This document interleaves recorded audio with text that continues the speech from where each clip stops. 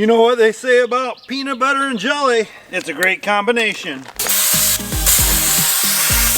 Picked up 2 pigs in the blanket.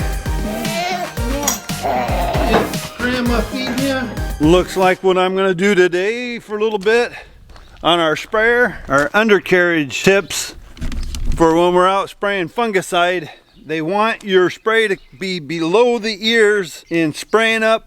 Then we'll be using some of the tips up above for spraying down, but they want you to get that corn stalk drenched. So we are going to lower these a little lower, so when we're out in the field spraying, we can actually get these below the ears, because with the fungicide, it actually, when it's on the stalk and everything, it actually will crawl up.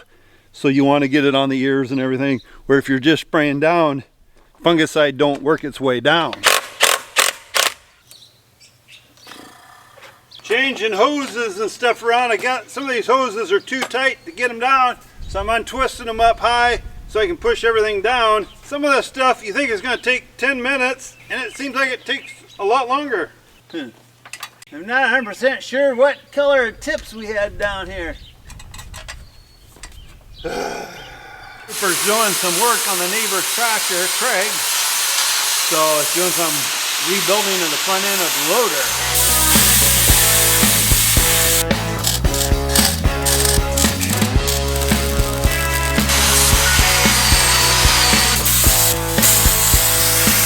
Cooper went ahead and fixed that edge there. That was crinched in and broke.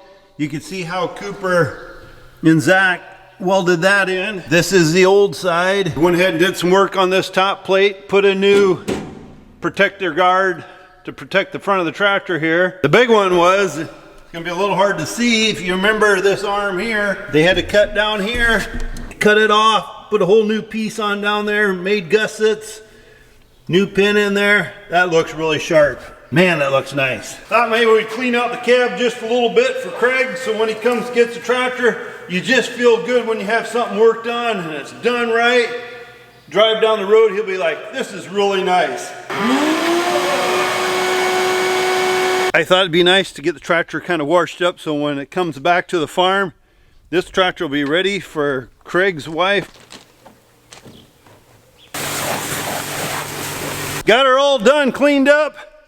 Sorry about that yelling in your ears, but there's some people in the world that don't really care about their work. A bunch of that will be coming out down the road. Don't worry guys, we'll be getting you all filled in on that. But that many people we found out in this world that don't really care. But then I guess we found out some people behind them really don't care either. I was gonna try to film this just a while ago, guys. It was cloudy, and now the sun's got to come out, so I don't know what that's about. Had a lot of people ask, what soap does Daddy Cornstar and the Cornstars use on their farm? We use a soap that's from Proline, and we've used them for probably over 2 years now.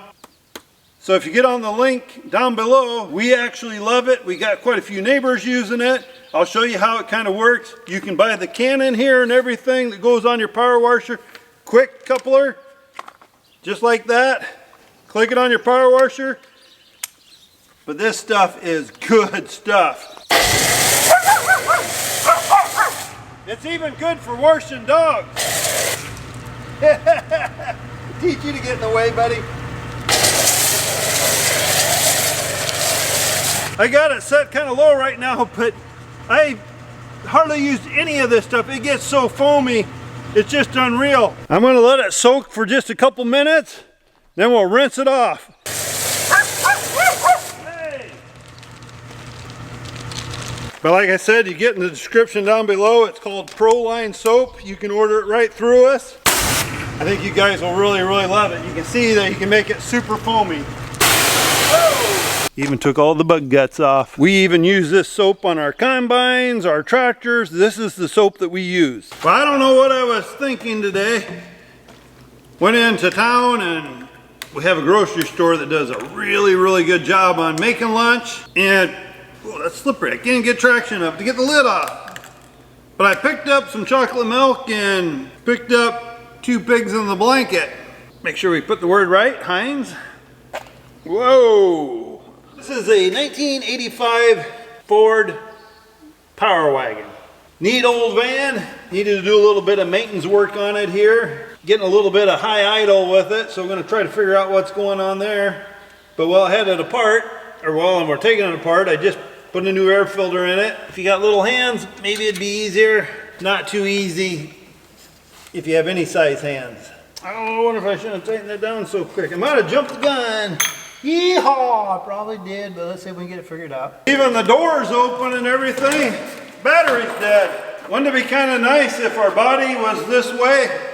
Hey, don't feel like starting today. We'll just put the old jumper cables on you. Oh shoot, I can put the jumper cables on you, give you a zap, and you'll be good as new. I guess if your heart stops, they do have a machine they can put on you. Lost a wrench, and I think I see it, but hopefully I can get to it. Where to go? Kind of like honey. Sticking. Come on. This might be a little fun. This is where it gets tricky. Sometimes you get the wrench about where you need it, and you bump something else and it makes it fall off in even a worse spot. Take a look at that. Woohoo! It's floating above my hand. Floating, floating. It's kind of a neat little van because I guess it's kind of rare and I don't know a whole lot about these, but the interior and stuff is in mint condition. Take a look at the seats. I mean, they're in mint condition. The dash is in mint condition. What kind of makes this unique a little bit, this is a clutch and this is a shifter. It's a 3-speed with overdrive. This van here has got a 6-cylinder in it. And I don't know how to, oh yeah, I do know how to open this door. I was gonna say, I don't know how to open that door. It's a back door, I can't get one side open. But then it has another row of seats. You could probably get 3 in here real comfortable from the 2 up front. And then there's another seat that would hold 3 people. Nice clean van. And then if you're the bad one and you can't shut up and you're making all the noise and you're always saying, hey, I gotta go to the bathroom, we gotta go to the bathroom. They put a bucket in the back seat. There is a seat in the very, very back. So I thought I'd just kind of give you a little tour of the van. And I think a little bit ago I called it a V6. It is a inline 6. It's a 6-cylinder, but inline going this way. You're probably wondering, Daddy Cornstar, what are you doing to Mama Cornstar's car? You go down the road and it's like, and it about drives you crazy. Well, I got looking underneath there and there's a plastic shield. Rocks must be getting up on them and I can push up on it and it's getting heavy with rocks. So I need to drop it, see if we can drop it, take the rocks out. It's a guard that goes around the gas tank.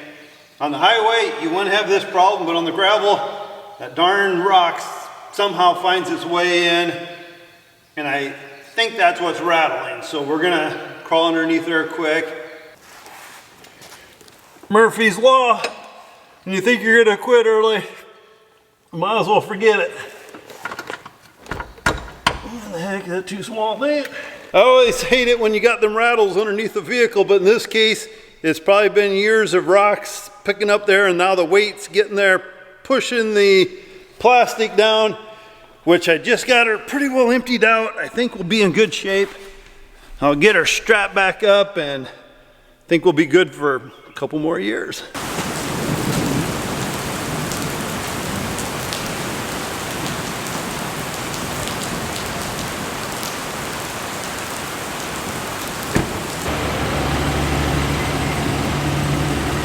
I'd like 2 soft shell tacos, sour cream, and can we get the crispy French fries? Maybe a strawberry malt like this to go, please. Kind of see something cool here, and I think a few videos ago we seen it too, and it's in about the same spot, the Lucky Charms. But you can see the rainbow. It's actually out in our field, touching down in the corn. I can see it. That's pretty dang cool. And then watch it, it goes up and over, and then I don't know where the other end is. This is a beautiful, beautiful rain that came out of nowhere today. We picked up 1 inch, I think it was yesterday or day before, and now we picked up about that much again today. So with the corn starting to tassel in the heat, this is everything that the uncle ordered from the doctor, or the doctor ordered, or I don't know, you guys know how it goes. It's close to 7 o'clock p.m. I'm gonna call it quits for the night. Mama Cornstar's coming home in a little bit. We're gonna go up and pick up little Eddie tonight, the little baby. He's gonna be spending the time with us while they're on vacation, the rest of the group. So we are really looking forward to that. We're gonna spoil the little fart. Oh, I can't wait till them days where I can sit down with little Eddie and say, hey, I know your parents don't want you to drink pop, but hey, are they here? Hey, little lady. Ellie, no. It's delicious. Are you eating? Oh, man, you are one hungry dude. Yeah. Grandma feeding you? Wow, look at you eat, buddy.